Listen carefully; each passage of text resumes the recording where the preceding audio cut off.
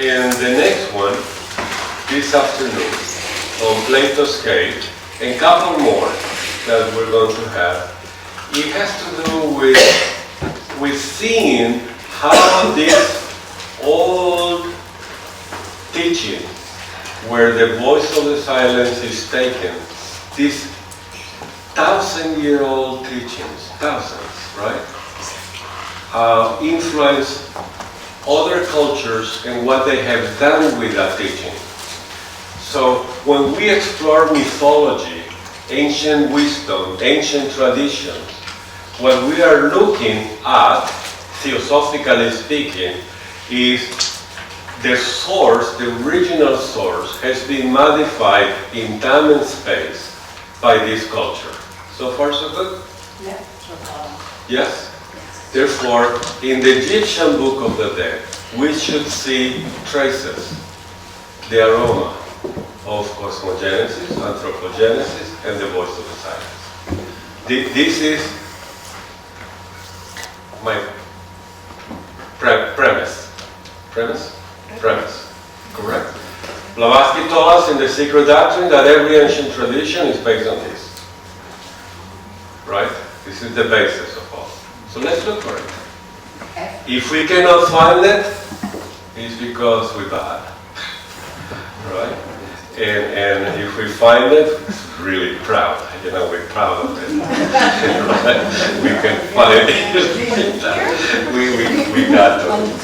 And we need to understand that there is a layer of historical kamamanas of the collective, in this case Egypt, and there is something that is universal, spiritual, from the higher self that is there veiled in symbols. Correct? Veil in symbols. You follow me? A symbol veils the truth, or a symbol carries the truth. True? That is what a symbol is. Carries, veils it, right? And at the same time conveys to our soul a truth that the soul knows. Remembrance. Plato, that's Plato's word for the old memory. We call it, they have a memory, right? Old memory. This is what we're going to find here. So when you look at every culture in ancient times, all this mythology and iconography, what we are looking is at divine wisdom, veiled in symbols. Good? Why do we know that? Because people who saw that told us that. Herodotus, the father of history, ancient Greek, right? He said, I will not write down the names of the Egyptians. This is his book 2 of history. He wrote the history, right? Book 2 is dedicated to Egypt. Please read it, it's really good. But I have to pause this. Okay. Book 2 is the book of Egypt. And in that he said, I will not write down the names of the gods and goddesses of ancient Egypt, because those names are very powerful. I want to use the Greek names. Isis, Osiris, Ammon, Horus, Hermes, Thoth. All that is Egyptian. He will not. So he understood that very clear. They're mantras, words of power. Blavatsky explained that in The Secret Doctrine in volume 2. Sorry, volume 1, part 2. Right? Which is, you remember the title of part 2? The evolution of symbolism in its approximate order. Approximate order of what? Following the stages of cosmogenesis. How do I know that? Volume 1, cosmogenesis. Correct. So the evolution of symbolism in its approximate order. This is the beauty. And she gives a lot of examples. And one of the things that I have done in my life, theosophically speaking, is examples given by Blavatsky, I found them in the internet or in books too, and I have a slide. So I have a beautiful illustrated book, secret doctrine. Do that, please. If you like the study of ancient traditions and symbols, and to see this, the divine wisdom iconographically, do that. Whatever she explains, look for it. Now in the internet it's very easy. Before you had to go to Karnak and to Tiahuanaco and Teotihuacan and ancient India and wow, it was a little expensive. Now you just need a Wi-Fi and an internet cafe or something like that. Okay, Egyptian Book of the Dead then falls in that category. First, how do I know that? Because I studied Blavatsky and she said so. She uses the Egyptian Book of the Dead to explain a lot of these things. So what do I do? Remember the difference between like Egyptian Book of the Dead and the Tibetan Book of the Dead is very big. Big difference. Why? Because there's a bunch of lamas who study the Tibetan Book of the Dead in Tibetan. Right? It's easy to go to a Tibetan lama and say, tell me this, what does it mean? There is no Egyptian priests, they were all killed by the 4th, 5th century. Right? That religion was totally destroyed. So you don't have anybody to go, will you? So what do you need to do? Well, Blavatsky gave a lot of symbolism. And other great symbolists gave a little vision into that. So I go and I collect from Isis Unveiled, Secret Doctrine, where Blavatsky quoted things from the Book of the Dead, right? And look for them. Sometimes I cannot find it, because the translation that she used doesn't follow the later translations. Chapter numbers and so on, right? She uses book of 1800 and something. And the new ones has their way.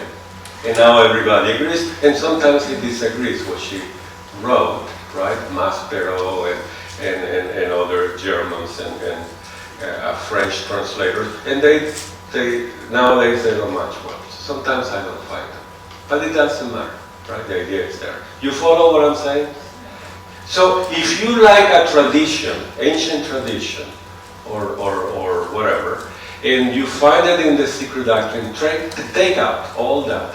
Nowadays, cut and paste, right? Easy in a computer. Just take that and look for the symbolism, the iconography, which becomes now sacred iconography. And it has its canon of proportion, color code, symbol code. It's a very beautiful world that you can enjoy. Really beautiful, if you dedicate to that. So, the Egyptian Book of the Dead is one of those incredible books that unfortunately we don't have a good translation, and there may never be a good translation. Why? When they say you should be like a hawk, we really don't know what they're saying, right? Because we don't, for what they say hawk, we don't know. For instance, in English there is an expression, don't be a chicken. Well, maybe in 3,000 years, don't be a chicken. They don't know what that means. Because maybe there will be no chickens if we eat them all. You know what I mean? I don't know. So, you see, we attach always a symbol to a thing, and we don't know how to interpret that nowadays. This is a big problem. So maybe an ox for them, a bull for them, means something in the voice of the silence that we cannot tell, because we're not Egyptians. So we don't have an Egyptian priest to talk to. Isn't that true? We really don't know. I don't know if you have that expression, about chicken, but it doesn't matter. It was an idea, right? That example, right? You use animals, I guess, to say things too, right? True? What is an animal that you don't like, that you have in Dutch? A donkey. A donkey? A horse. Horse? You like a horse? Oh, Strong as a horse. Oh, strong as a horse. Yeah. Oh, that's a beautiful expression. Right. So if you say, this fellow was a horse, and you see what I mean? And what we want is strong will that is able to conquer yourself. It's a horse. I've been practicing that all weekend. So, this is what we're going to deal with. And it's a problem. It's a big problem. Right? So there is no perfect translation. But word by word, and because of Champollion and the Rosetta Stone, you've seen the Rosetta Stone, right? And they are the three, the Coptic, the modern Spanish, and ancient Egypt, modern Venezuela, the three languages, right? No, but you saw it, right? It's in France, right? Or in England. I think it's in the British Museum. Yeah, the Champollion. Okay, they were able to decode it, right? So they have a pretty good idea. But we still have the problem of the symbolic and esoteric meaning of the words, the symbols. So keep that in mind. In the first chapter of the Book of the Dead, it describes the title of the book, and it's called Rio Nun Pert em Heru. That is a perfect pronunciation of ancient Egypt. So don't correct me. Huh? And what it means, according to the expert, is the book of going forth by day. I just wanted to show you one from the sky, ancient Egypt. Isn't that impressive, the Nile, the Delta, right? And we always look where we are, but we are not in this picture, so we can't do that. Isn't that true? The first thing is, where are we? Not here, but this is Egypt. This is Egypt. What do you see that it strikes you the most? How much green it doesn't have. Isn't that true? This is all negative. There is no green, but there is an incredible river. Isn't that true? The Nile. In a delta is very green. Right, the delta. It doesn't look like a lotus flower. Do you see it? So this is very important. What else strikes you here? How many of you have been in Egypt? I mean, in this life, right? Oh, more hands. Less hands. Thank you. There's a lot of desert. Okay, so these are some of the books I have. I have a couple more, but I love Wallace Batch. He's my hero. Wallace Batch. And the one I use for pictures is this one. The one I use for text is this one. The one I want for inspiration is this one. The one I look for some of the Blavatsky comments is Cheryl Massey that she uses. You know that, right? In The Secret Doctrine. And so on. So the more the merrier, because we really don't have Egyptian priests to tell you.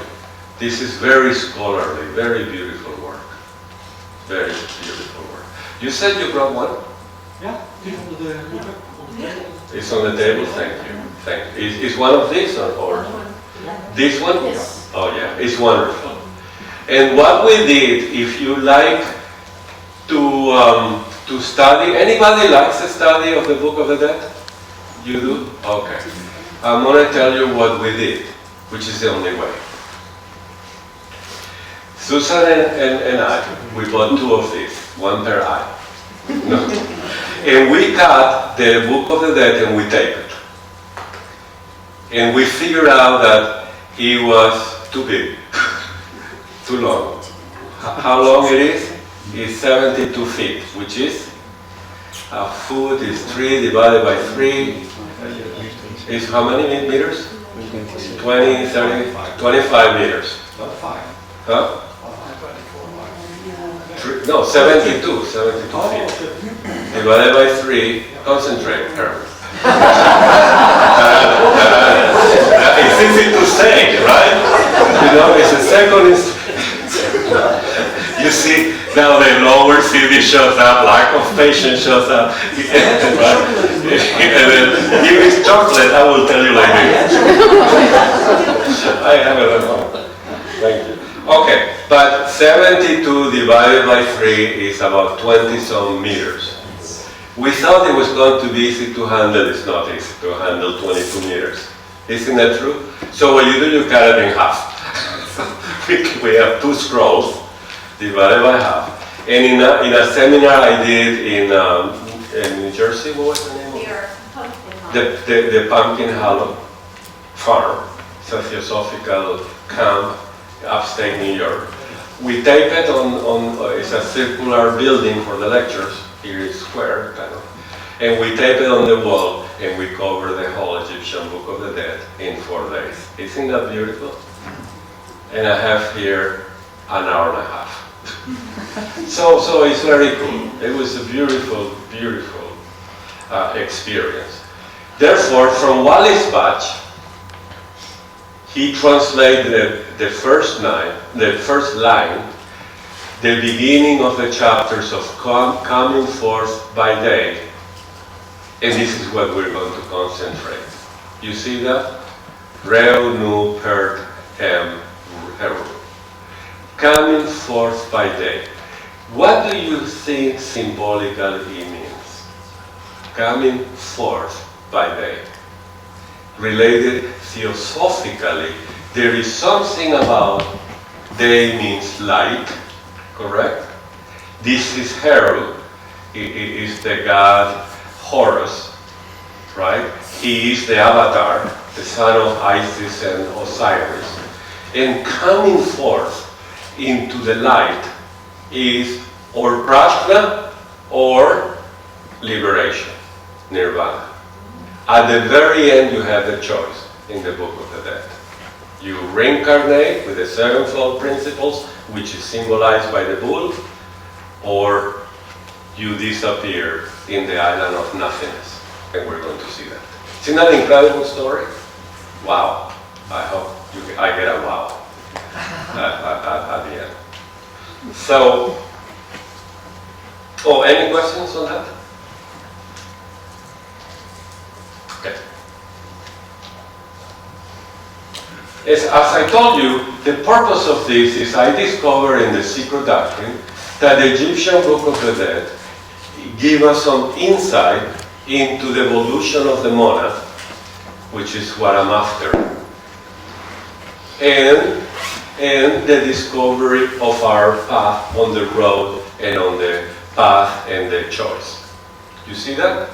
It's in there. But it's so symbolically veiled, and we don't have a present-day priest to explain to us, Hierophant, that we are a little bit weak, yet he speaks to the soul. This is the beauty of it. This photo speaks to the soul. So, Susan, will you read this? This is from the SD. As in the exoteric interpretation of the Egyptian rites, the soul of every defunct person, from the Hierophant down to the sacred... Doesn't work, sorry. It doesn't work? Susan or the microphone? Thank you. As in the exoteric interpretation of the Egyptian rites, the soul of every defunct person, from the Hierophant down to the sacred bull Apis, became an Osiris, was Osirified, though the Secret Doctrine had always taught that the real Osirification was the lot of every monad only after 3,000 cycles of existences. So in the present case, the monad, born of the nature and the very essence of the seven, its highest principle becoming immediately enshrined in the seventh cosmic element, has to perform its septenary gyration throughout the cycle of being and forms, from the highest to the lowest, and then again from man to God. At the threshold of paranirvana, it reassumes its primeval essence and becomes the absolute once more. Thank you. So look at these two lines, that every defunct dead person, right, becomes an Osiris. See that? Though the secret doctrine tells you that the real Osirification, mummification, and the evolution of consciousness in the Egyptian Book of the Dead really means that every monad is going to go through 3,000 cycles of existence to get to paranirvana. And to do that, we go through every, from the lowest form in nature, which in our case is, in the secret doctrine, starts with the elementals, all the way to the Anchophans, passing through the physical kingdoms to men, and then to God, which is at the Anchohan. When we assume the form of God already, we're so elevated, we're in paranirvana, in the state of pralaya, absorbed within the one. Something like that, right? So what we are seeing is a drama represented in the Book of the Dead, that every soul reenacts as a mystery drama to become one with Osiris. You see that? It's going to become one with Osiris. Therefore, their last name in the book is Osiris. Martin Osiris. You see? And that's how they actually wrote it. Martin, no, they didn't say Martin, but you know, whoever. Nefertum Osiris, or Nefertiti Osiris, whatever. But you see, this is what they wanted. They wanted to be one with Osiris.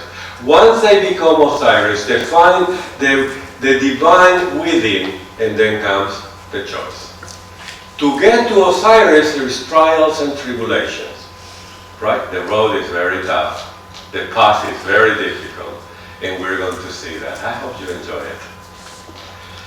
Here there are some of the gods, you need to memorize them. And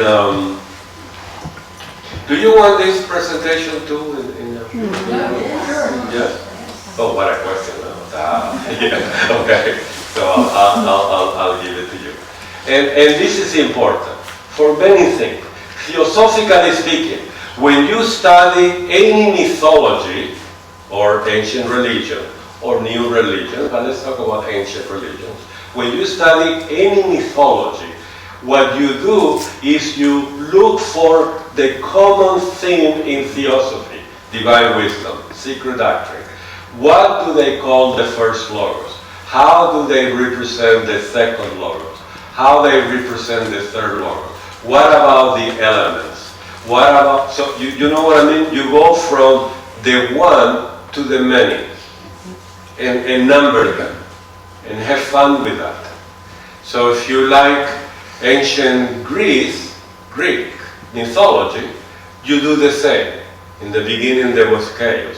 So maybe they have something like absoluteness or the absolute beyond that. You see that? So you see where you start. But do the work, because it's fascinating to do that.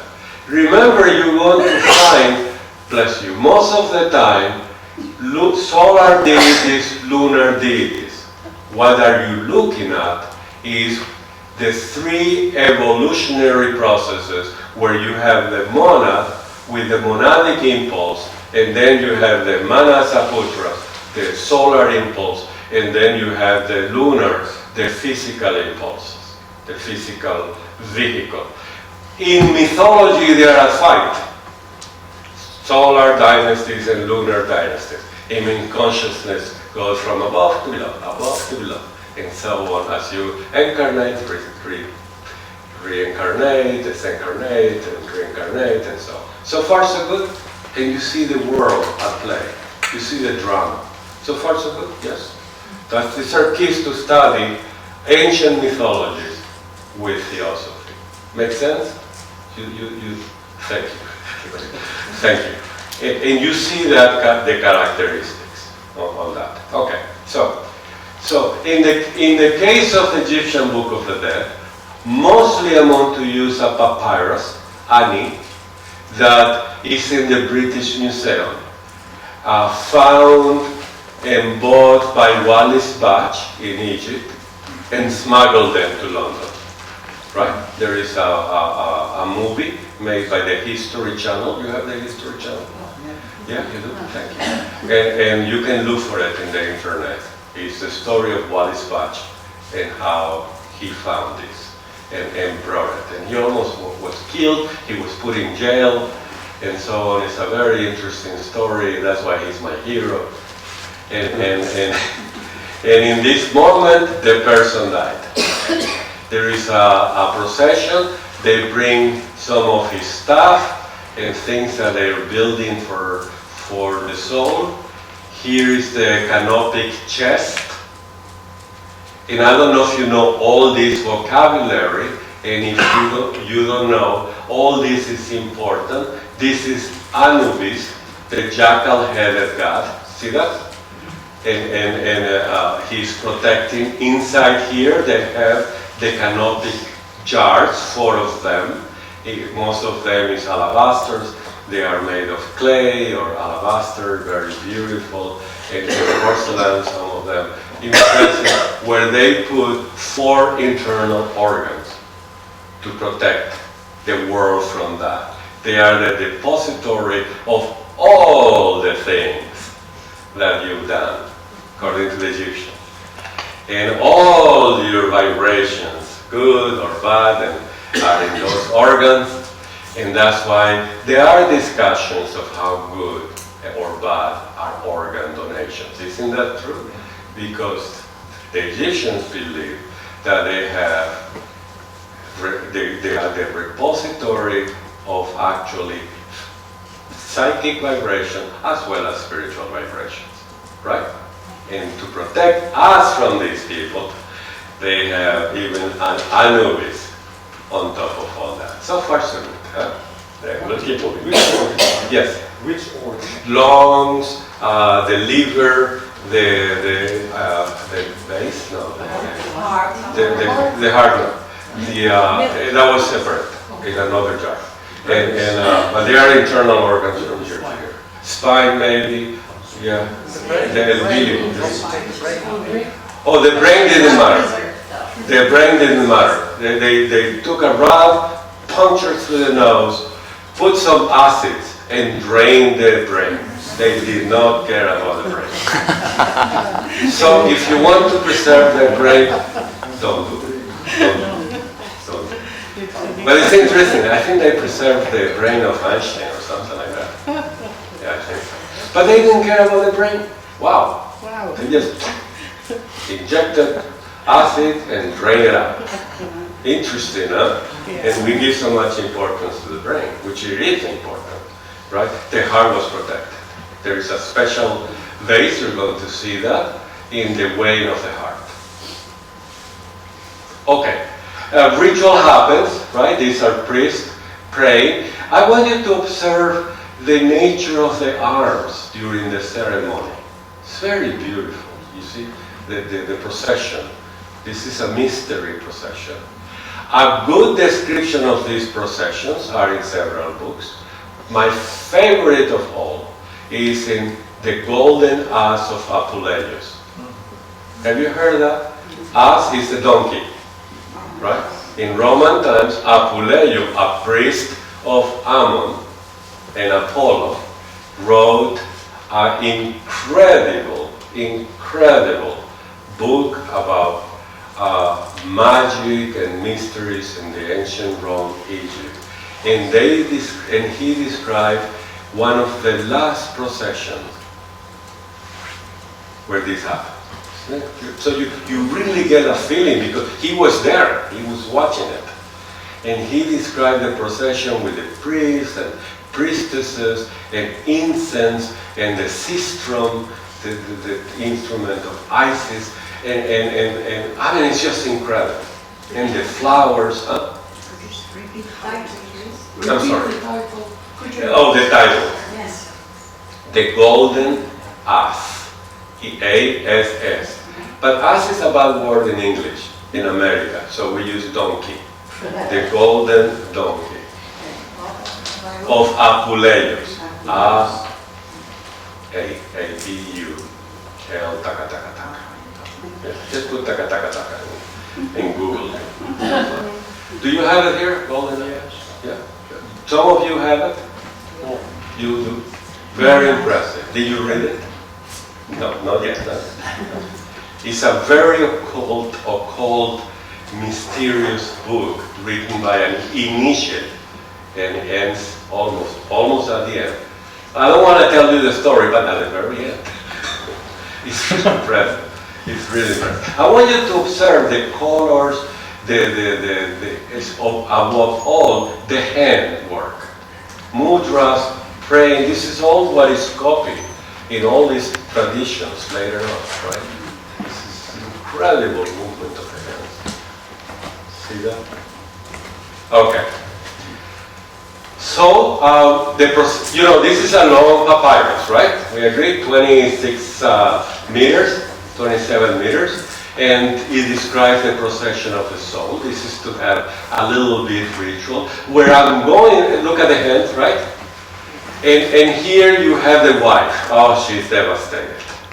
See that? Her name is Susu. Susu. She is totally devastated. Ani died, and here is being carried. Susu is going with Ani. In this papyrus is a scribe of the temple of Ammon. And there you go, you know. And she's crying, you see the tears? Look at the arms and Now, where I'm going with all this is because there's going to be some ceremonies with some strange instruments, right? That are called the opening of the eyes, the opening of the mouth, the opening of the senses. What we saw in the voice of the silence is Blavatsky chose those words to describe the Deva seeing.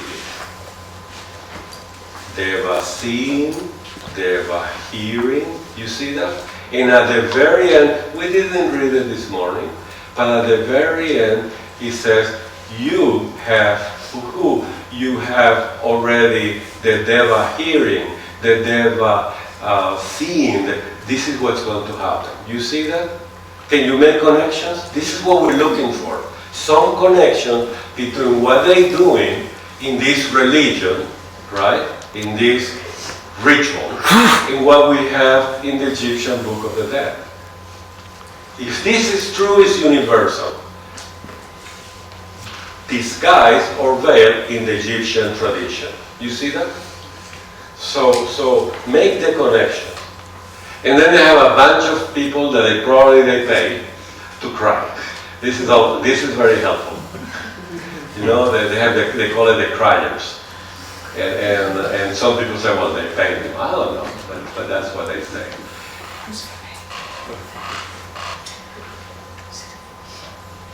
Okay, so here we are at the funerary temple,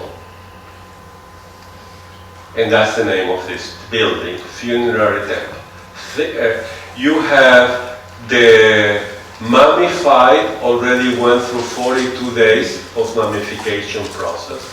During those 42 days, including this one, the Egyptian Book of the Dead is it's read, and the ceremonies happen that the mummy can already hear and can listen and understand, comprehend. All the five senses are open. The soul is totally active and is going to make the choice. See that? 42 days is going to happen between death and this moment, and the reading of the book, very similar to the Tibetans, right? That they read after death, right? Or in the moment of dying, they start the reading. Now,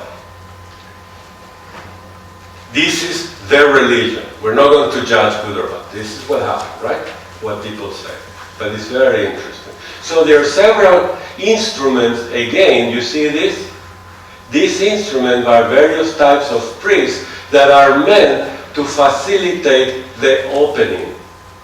And they describe Anubis as holding the mummy and vitalizing the mummy, reviving the soul in the mummy, right? You know mummy, right? It's the physical mummified. And the soul will come out. This is Sufu, still crying, you know, with the hands. The hands are incredible, right? And the offerings and the ceremony and so on. Funerary temple, it has, as always, the square and the triangle, like the Egyptian temples. And for me, that's the symbol of the 3 and the 4 principles. Like you know, the Parthenon and so on. There is some sacred iconography.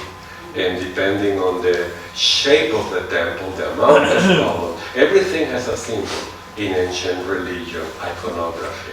If you have a round temple, it's different from a temple with 4 columns, 7 columns, 6 columns, and so on.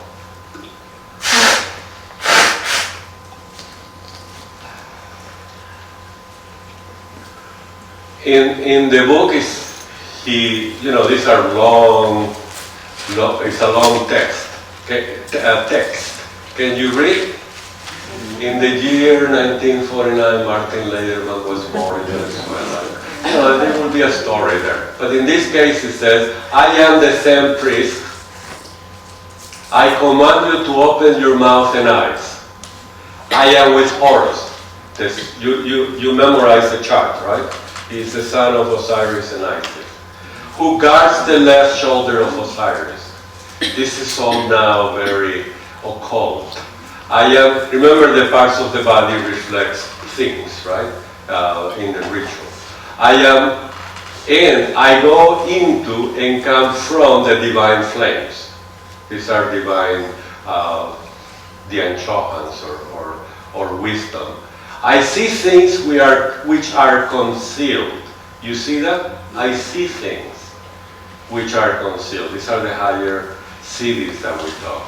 I make perfected souls to enter in the hall of I'm sorry about this, Osiris.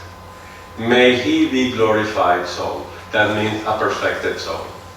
May Ani be a soul in Prashna, in full light, or in Nirvana, not yet.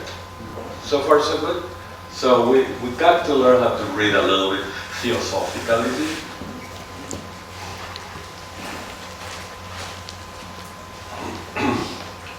And then he says that what happened next is inside the funerary temple, Anubis, and here he has one of the instruments to open the mouth, and the 5 senses, but the Deva senses. And he makes the passes. If you see the whole book, you will see, and you have various versions, you see the movement, the magnetical passes that he's going to do to pranify, vivify the soul. And what I'm thinking that he's doing is to take the soul out of the body to initiate the path, or building the Nirmanakaya, Sambhogakaya, etc. Do you have any thoughts on why Anubis is the one who's doing this process? Yes, her question is if I have any thoughts why Anubis was chosen. First, we need a divine being to represent a divine moment. In the myth of Osiris, which was told by the Greek people, the Egyptians never told the story from Isis to Osiris. Have you read the story of the myth of Osiris? No? Okay.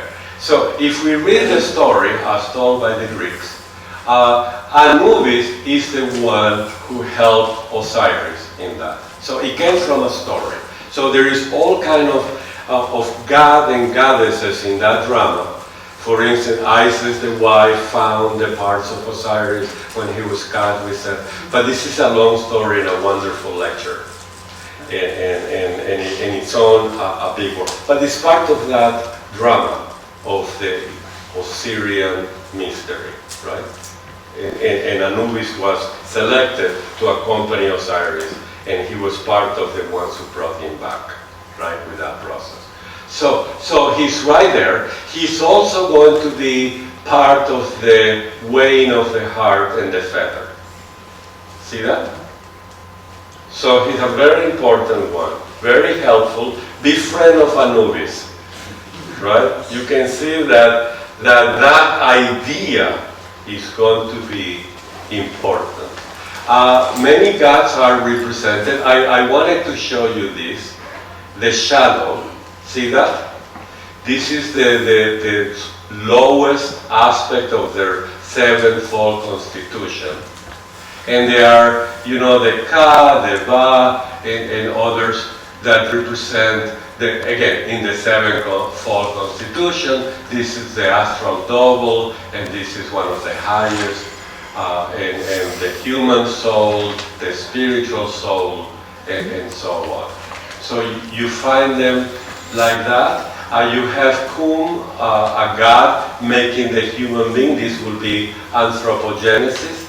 And Blavatsky mentions Kum as the maker of the physical body. It's very interesting. So the study of the Egyptian Book of the Dead and mythology, I recommend as theosophists to have Isis and the Secret Doctrine with a word processor, right? You see a name, you can look for it. In general, the Egyptians have three principles, and usually those are their bodies, right? They have the physical body that is mummified, whether or not we believe in mummification or not. It's secondary. This is what they did, right? For that purpose of being able to read the Book of the Dead, to guide them during those 42 days and so on. And we have a human soul represented as a boat, right? And then we have a divine soul represented by the sun shining. Sometimes you have the moon as a boat, and here's the eye of Buddhi that sees it all, the providence. And what I like of this is that it seems that the light from Atma, the divine principle in us, gets filtered by the soul. You see that? So it's very interesting to find things that evoke to us, to speak to us. So that's why I love it. They talk to me, like I remember things, which I love. But it's like there's a game, a play between that. That's why I love Egypt. These pictures really talk to me. This is a very beautiful one to meditate upon the principles and the elements on that. It's interesting to see in the former picture that there's 7 rays coming from the divine to the human soul, and then only 5 left for the physical. They come down. Yes. So it's somewhat filtered. Yeah. So there is something that is telling you, right? Yes. And with Dharana and Dhyana, you can get more. Contemplating it. You got the first vision, right? Just by seeing it. And that's exactly the work. If you like it, if it talks to you. And I can see it talks to you. So I'm going to email you this one. Because it talks to you. Mark, Okay, yes, Enrico. I don't know whether it is important or not, but Yeah. those 7 rays turn into 5. Oh, I'm sorry. Yes. Oh, okay.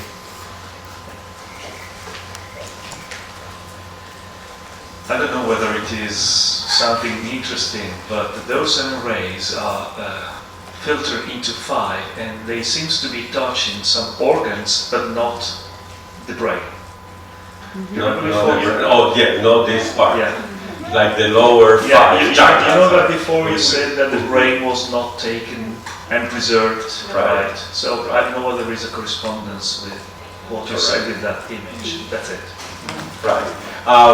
Interesting, right? I mean, all these are observations that jump out, right? Okay. Very good. And of course it's important. It's an observation, right, of something to research, to understand. If you were to paint your own principles, will you do this? is a boat, the symbol of the soul. I think it is. It's the sun shining. You know what I mean? Are these symbols talking to you? I think that's the idea, right? Thank you both. When the funerary temple was closed and Anubis left, magic happens. The soul comes out of the body. This is the most important moment after death. After 42 days. After 42 days, yes. No, you're dead. You really don't. I mean, not you, but you know, he's dead. It's like 42 days. I don't know. Is there time and space? Okay, hurry up. You know, someone is waiting for me or something. You know, but yeah, it was 42 days where there were ceremonies, right? Including reading. Yes. When I see this picture, I have when I see this picture, does he do it? Yes. I was present by the death of my father, and I saw something beautiful was like that. Wow. I saw, on the moment he went, I saw a big ball of light from his feet, and it went through his body, through his head. Outside, and then the room was filled with light. Beautiful. It was so beautiful, and when I spoke about that with a friend, he said maybe that's why people, when they have a vision of nearly death experience, that light is the light that goes through the spine, and it gives the image if you go through a tunnel. Okay. Oh, yeah, I see what you're saying. Yeah, it could be. Also, if you haven't read, please read Dialogue Between Two Editors, where Blavatsky also explained that. Okay, I'm not going to go over that, but there is an article, remember, I already mentioned about the three bodies, that Blavatsky mentioned that experience, philosophically speaking, right? Okay. And as you can see, this is very ritualistic, and it's, you know, candles and two candles and etc., etc. The symbol here, you will recognize that it's the top of an ankh. Everybody know that? But only the top. Yeah. And that's the symbol of eternity. Eternity. I think it's eternity. Symbol of eternity. Okay. They describe that at the moment, oh, this is Spanish, sorry. Lapses. So I have to think, where was the first time I wrote in Spanish? I think I was 4. So this is it's Spanish, so sorry. A cosmic vision. They also describe at the moment of death, when the soul comes out, they are cosmic visions. And that's very important, cosmic vision. In the Republic of Plato, in Book 10, there is a beautiful cosmic vision after death. And that's one of them. This is one of them where the whole cosmos is described. And I'm not going to go into that, of course, obviously. But you see God, how many? 7. No coincidence. There is a main God that is pushing one. What was pushing what? The sun, that's the beetle, right? And then there is the God Shu, one of the 4 elements, one of the makers of the universe, the God of air, right? And then you have 2 goddesses here, you see that? 1, the head loop, 2. And so, and here's the description of the cosmogonic vision, and you can read it in the Book of the Dead.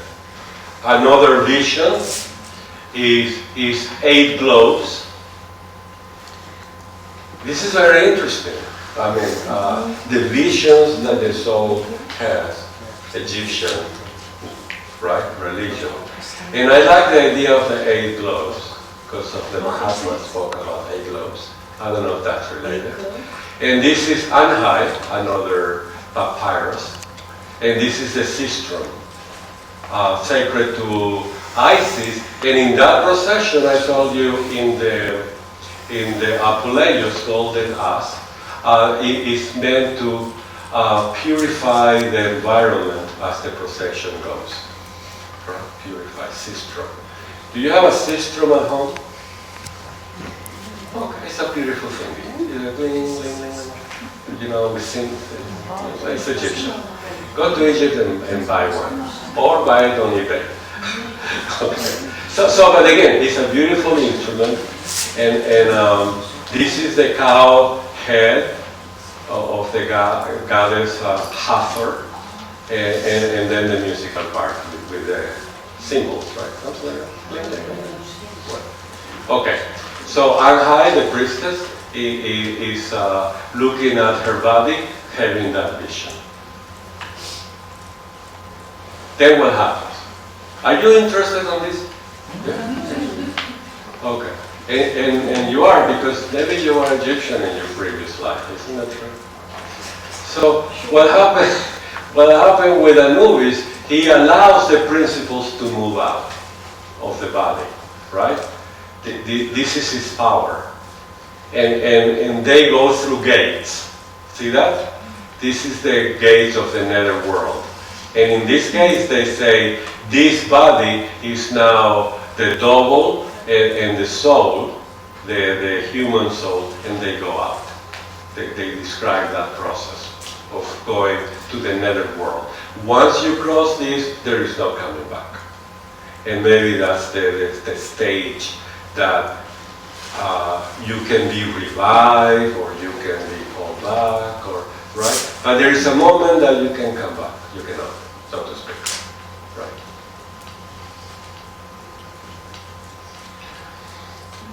It starts in plate 1, and this is Faulkner. I like him too as a translation, right?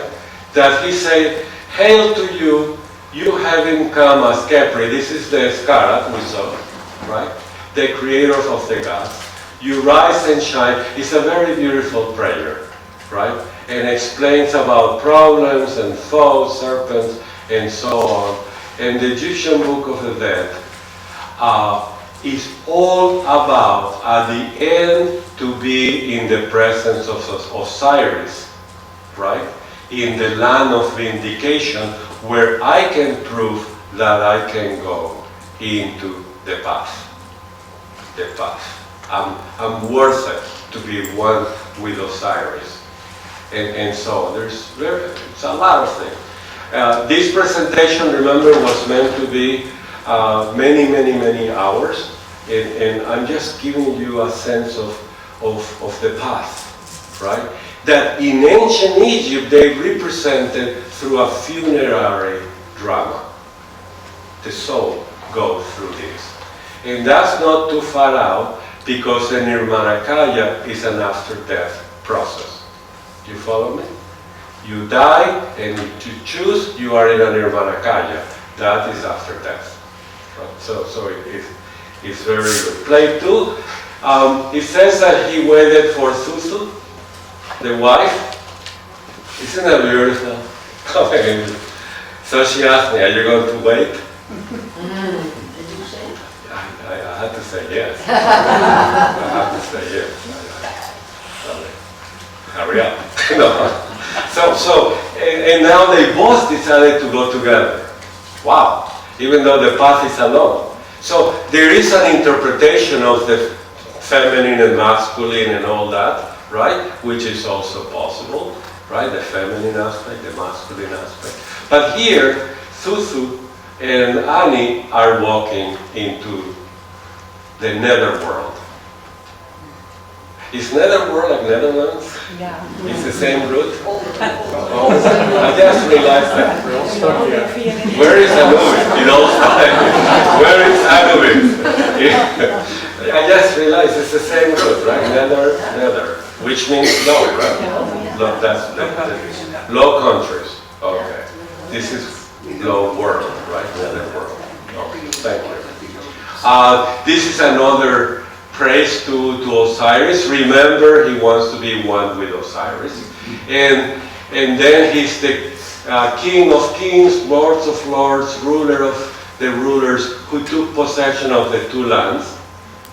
He rules the plain of the silent land, the voice of the silence, something like that. And so on. So all these are symbolic. Blavatsky talk about all this, by the way. You can look for Duat, sometimes she puts a D. She speaks of herons from the Book of the Dead, Osiris Alat, of course. What happens next in the Book of the Dead is some trials. The first thing is poisons. You may get poisoned by a snake. Symbolically, right after death, you go to, it's like a Kamaloka type of thing. You know what I'm saying? You are in the land of the psychic world, and your passions incarnate shows up, and they poison you. But in order to avoid that, interesting, it takes the shape of a lynx. Do you know that? It's a cat, a wild cat. Oh, yeah. Lynx. Takes a knife and kills the poisonous snake. So he conquers the poisons, right? And he has God's here with knives to help you. So there are visions of that, of the Kamaloka.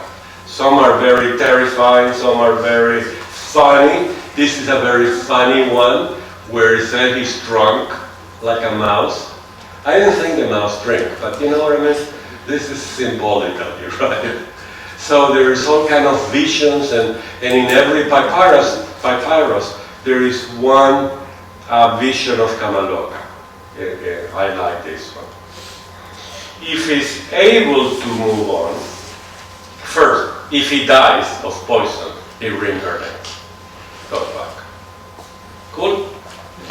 Second death, you come back. So you don't want to die there. And if you don't die in that moment, you keep going.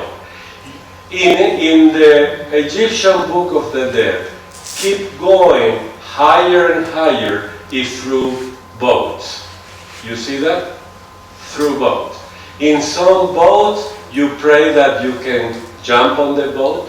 In some boats, you are on the boat with the sun god, with Atma. In some boats, you are Atma. You see the various attributes of the boat? Always look for the symbols in it, and you see how high. I took just a sample of boats, and you can see that sometimes you feel outside the boat praying, you can keep going. You see that? Sometimes you are already in the boat going to the highest heaven. Sometimes you are the sun. It's very beautiful, isn't it true? So take a look at all the details. Every detail gives you something magical. What happened next is something that it blew my mind. You play a game, a chess game like. For me, that's very calming. Did you see the movie The Seventh Seal. The Seventh Seal? Did you? The chess game?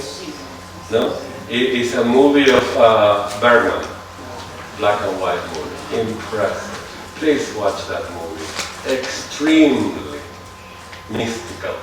Extremely. With Max von Sydow. Do you know Max von Sydow? Wow, what a movie. The game is played there. This game with the death. What was the name of the Seventh seal. Seventh Seal. That's in English, of course. It's subtitled, right? Into that with Max von Sydow. It's a very movie. And there are more visions, and there is a game. And when you go to the museum, look for the game, because it's a karmic game that is very interesting too. Right after the game, if you are a winner of the game, you are moved with a boat to a place that there are 7 gates and 10 gates. Have you heard that before? 7 and 10? Isn't that interesting? And in every gate, they say there are 3 spirits or God, depending on the translation you use. There are 3 gods or 3 spirits or 3 I call them passions incarnate, cruel, crafty powers with knife to kill you. You will not be able to enter in this gate unless you remember their names. Unless you have that mantra. 7 above, 10 below. And Blavatsky said there are 7 portals for this path and 10 for the priest of Taka Taka Taka. You remember that? In the footnote. So each of the 7 gates is blocked by a doorkeeper. So the titles here are doorkeeper. And remember, when we read translation, it's an opinion. We really don't know. But doorkeeper, guardian, and speaker. You see? But here they call them doorkeeper, protector. Here are 3, and here are these. So speaking, an S is missing here. Out of the is enough to walk through them. And then they go to the fields of Andrew. Please look at the Theosophical Glossary, the fields of Andrew. So it's like a mantra. You remember the virtue. You remember their names, and then they don't kill you. If they kill you, means death, you come back. You know, they don't want to get there. This is one, for instance. And he speaks, I am the Great One. So, you see, he only has to say the name, but he gave a long speech. This is really, really long. And that's the way to do it. If you are in front of the speaker, just bore them to death. Just talk. And he speaks, I am the Great One who makes its own light. What it means? The light shines from within. Makes my own light. Remember, this is written by scholars who don't know theosophy. So we should send them a voice of the silence by mail, right? If you like the translation, but try to improve it. It is so that might adore you, Osiris, the one purified by the efflux within you against Taka Taka Taka. To me belongs the dignity of a god. You don't want to lose that dignity. Not to lose the dignity of the god. As below, when we lose our dignity, when someone pushes us so down, makes fun of us, and we lose our humanity and dignity, right? We lose our sense of humanity. Lose our dignity, yes. Also, it reminds me of the voice of the silence, the idea of when that last stage that we were talking about, that if you have that memory of the past, that you'll lose that place. So maybe losing your dignity is to fall, Right. Cling back to the past errors and fall from that perch, Correct. maybe. No, yeah. So please, when someone is suffering, don't reveal the dignity and the humanity of that person. This is so important. Person with a stroke, don't say, what am I going to do with you? Wake up, move, do this. Don't push, just be human. Don't push the dignity and humanity out of the human being. That is really, really bad. So as the boss of below. So open the way, because I'm a divine being, so the Deva part, so that I may cure the sickness of Osiris. What is the sickness of Osiris? He was cut in pieces, rebuilt, right? And you have to make it wholeness. Fragmented. It's fragmented, thank you. Fragmented. Make it whole. This is what we want to do with us. Find ourselves whole again, right? Whole again, one again. Very impressive. Then, O Great One, make the path of life for Osiris. In this case, the name of the gatekeeper is inverted of face. The other one is, or in another translation, multitudinous of forms. These are the passions incarnate. Inverted of faith is that like the smoking mirror, that everything is inverted. Isn't that true? Isn't that cool? The guardian is eavesdropper. He's the one who is listening to everything you say, eavesdropper. Did I see a hand? Yes. Why it is so important that it is named? Can you tell more about? I can speculate. So I think that and this is what we were saying this morning, once you see the problem, it disappears. Remember we were saying that. Once you recognize it, it dissolves. Right? It's something like that. It's my young feeling, right? Yes.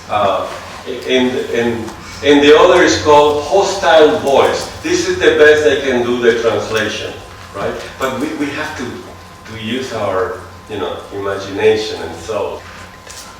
After that, it goes to the 42 negative confessions.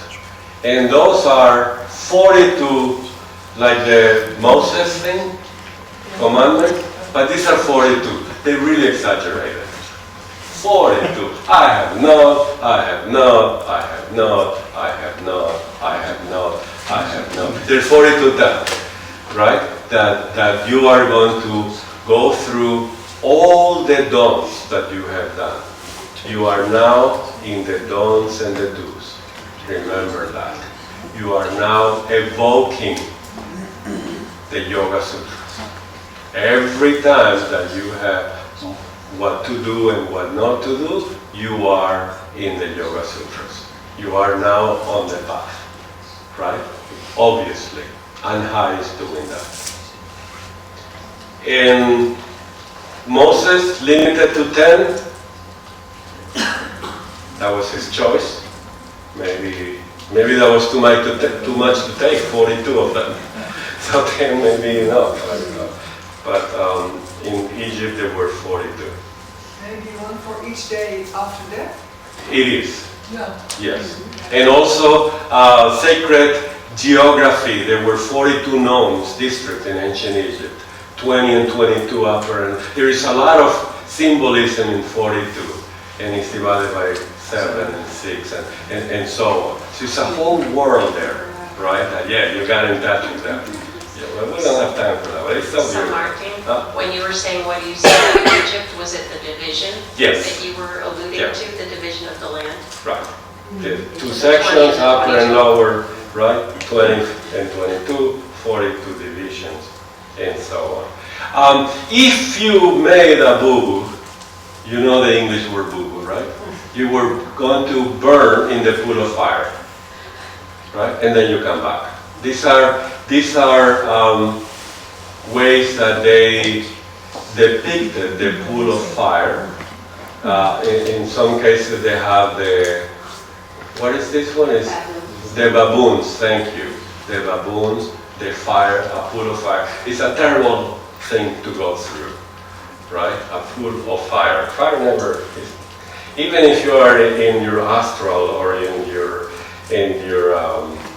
kama, rupa body, fire sounds bad. So that's kama loka, yeah. You are at the kama level, right? Okay.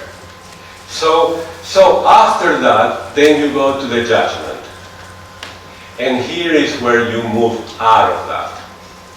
And here, in the so-called the Hall of Justice, or Maat, the goddess of justice, or the two feathers, and so on, Ani and Susu, Ani and Susu, you see that? Did you see the expression, how it changed? They're very concerned. Please, you too. Be very concerned when this happens. Why? We make the wrong decision, and that's really bad. So to go through this, and this is the most famous part of the Book of the Dead, the one that most people talk about it and so on. The heart in this vessel is weighed against the feather. See that? So this heart, if it weighs more than the law, symbol of the law, you cannot go on. It means your heart is full of bad stuff. No good. If it weighs as the feather, you can go on. If And here is described the best they can as karma. These are gods and goddesses that rule your destiny, your birthplace, and so on, right? The skandhas. It's very interesting how Wallace Bach describes these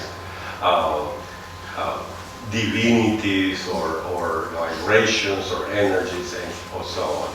If the soul is too heavy, if the heart is too heavy, this is Anubis. Yes, that's your friend already, right? You recognize Anubis? Please pay attention, you need to remember this. We're all going to go through this sooner or later, I hope later. Anubis is checking the balance, is part of the government, make sure that there's no cheating, right? And Anubis is balancing and checking and calibrating and in charge of the process. Thoth, the scribe of the god, the Lipika, the recorder of the Akashic records, right, is going to record in black your virtues and in red your vices. And bankers can recognize that, loss and profits. in red and black, yes. I had a slight addition. I read in this little book about old religion, old Egyptian religion, that the feather is a hieroglyphic symbol of the goddess Maat. And that on the other side of the scale, a little statue of goddess Maat was and that's true. And that makes the weighing process for me more logic. Okay, so in this one, in this papyrus, in this side is described the heart of Anu, and on this the feather of Maat. Yeah, One it of the, stands for the little statue of the goddess that was really put there. good. Okay, that's fine. That's fine. That And you makes have a the photo. process- You have a photo of that in that book. Is there a photograph of a papyrus? No, I No. haven't found it, Yeah, I haven't found that but either. it is written, described. No, I It makes understand. not much sense to me. Well, In the weighing you see, process- whatever we like, we got to see it, you know, because you're describing a papyrus that I haven't seen. So it's fine, it's fine. And sometimes what makes sense is not what is real. But yeah, keep that in mind. Go to Egypt, there's a lot of papyruses or in the internet, and look for it. This is very important. That's research, right? That's very good. And it makes sense too, if that's how it is. But what I've seen is the heart against the feather. And that's a theory. And that's what they do. And it's the theme. Explained by Yeah. the professor. Mhm. So, No, I'm with you. That professor is really cool.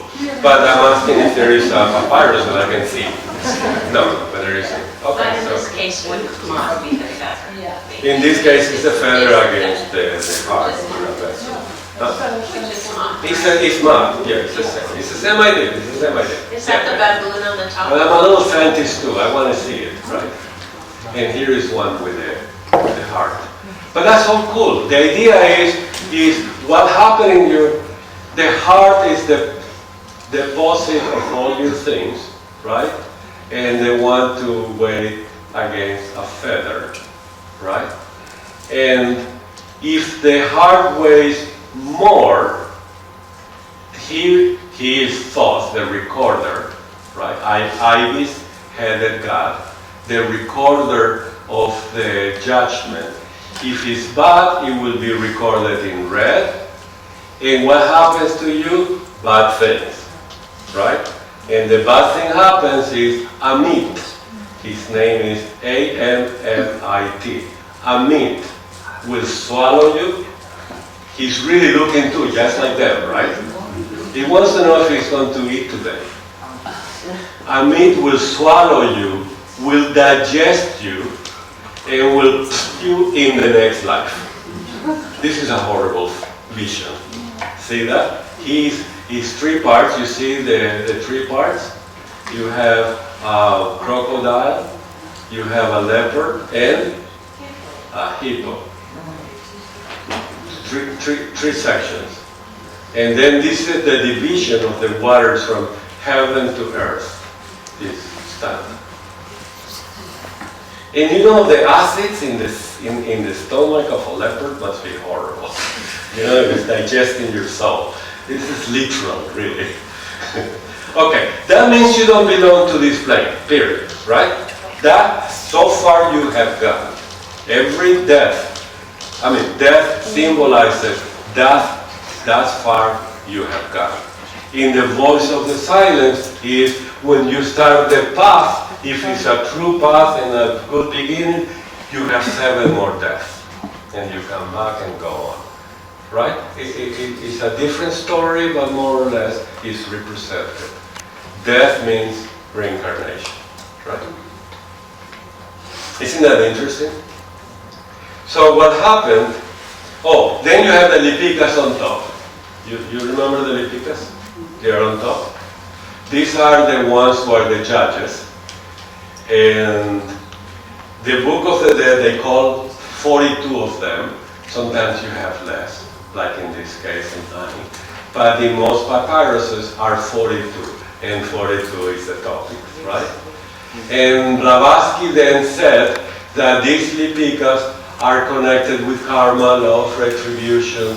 They are the recorders, analysts, and so on, of invisible tables as the astrolight and so on. So she described what happened here, the Book of Life and so on. So the recorders, law of retribution, deities connect, and they are not connected to death, but with life eternal. So read this 105, volume 1, 105, to get a good glimpse of the judges. Now this scene of the judges I found in Meteora in Greece. Have you been in Meteora? And you saw this? Very impressive, right? And it's a judgment. You see the scale, and then instead of a meat, you have the dragon. You see the ears of the dragon? It's in form of a fire, all coming from Jesus here with the judges and so on. So there is the good and the bad guys, and the pure and impure, and then you've been swallowed in hell forever. It's a little different story, but go to Meteora. Who has gone to Meteora? You were it's very impressive, Meteora by itself. But to see, do you remember this? It's incredible. Incredible. Why it's incredible? Because we have died so many times. We have seen this so many times. Every time that we enter in a gate, every time we want to use one of the virtues, there is a trial on us. In the Book of the Dead, Tibetan Book of the Dead, and in the Evans Wentz, do you have this one? There is a page of the judgment, right? By Yama. Yama is the Lord of the Death. Oh, I put it in Spanish again. Oh my God. I'm going to, and then Yama says, okay, there you are. And this is a scale. You see that? I don't know if you can see it. But this is the balance right here in front of the judge, like Osiris. Here is Yama. So he's going to consult with the mirror of karma. And this is the mirror of karma, the smoking mirror, to see the real, know what you're saying. And then he speaks. And what Yama says to the person who died, he says, fear not, even if you are punished. And then you say, fear not, even if you are punished. Your real nature is voidness. Remember, we are in Tibet, right? Your real nature is voidness, which is Dharmakaya. But you're not in Dharmakaya. Huh? And when you see the clear light, your mind is of Sambhogakaya. As the power of this shining obstructed will radiate everywhere, it is Nirmanakaya. So, and then they uses a white and black pebble, symbolizing good and evil. And so on. Even if you are punished, but the punishment here is horrible. If you see this, it is horrible, the punish. But they say fear not, because your true reality is Dharmakaya, Sambhogakaya, and Nirmanakaya. We are in the book of, in the voice of the silent. That's our true nature. This punishment is because we fail, because of the cruel, crafty powers made us fail, those demons. This is really horrible here. So again, very interesting, isn't it? Then, in this case, back to him, you see the plates, they are flat, they weigh the same. He found that he is good, and Horus takes him to Osiris. And here is him. Look at the head, it changed, right? It is, some people in the mystical world talks about his head chakra now is in full bloom, right? The 1,000 petals, 10,000 petals, 1,000 petals, something like that. And these are the steps to the Amenti, where Osiris, the Lord of Amenti, this is his title, with Isis and Nephthys. Isis is with a throne, the temple is Nephthys, the twin sisters, you see that? The 4 children of Horus. Horus is the one who brought him here. These are the 4 cardinal points, which are the 4 ultimate judges, the Kumaras. And it's a whole story of the 4 on the lotus. We know the symbol of the lotus from the waters of heaven.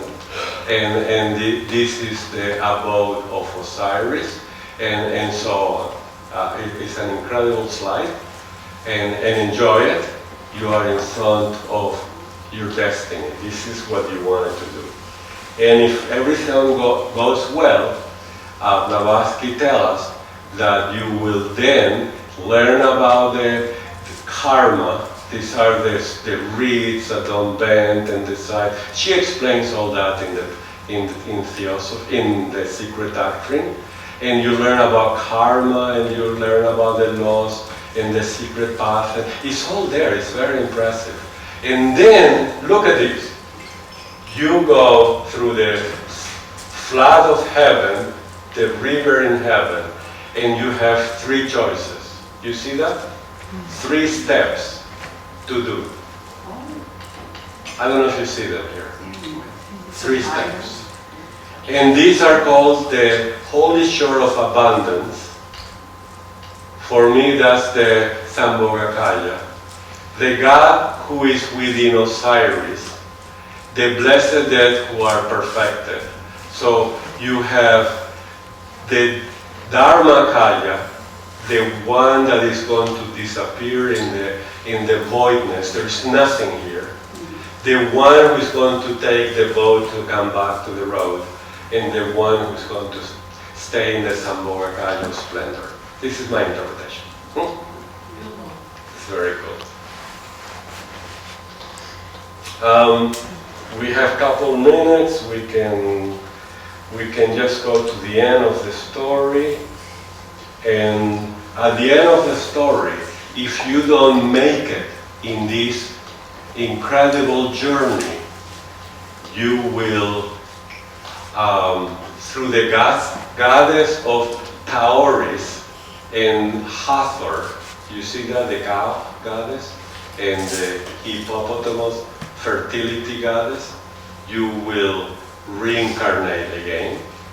And from the funeral to the reincarnating, the Bardo time is expressed in this last papyrus. This is the last picture of the Book of the Dead, when you are born again. And just before that, you have a picture of the 7 principles, represented as bulls, in front of the god of Path, which is one of the highest mysteries of all in ancient Egypt, this god.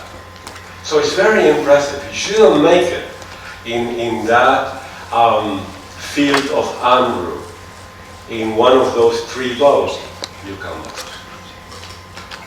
This is incredible. I hope you liked it. Yeah. Now, again, The biggest problem is translation. These are translated by scholars who always disagree among each other, right? Because they want to write the book. And we need to use our soul, our knowledge, our symbols, our mystical self to translate this. Is it good? You got a good list? Thank you. Thank you.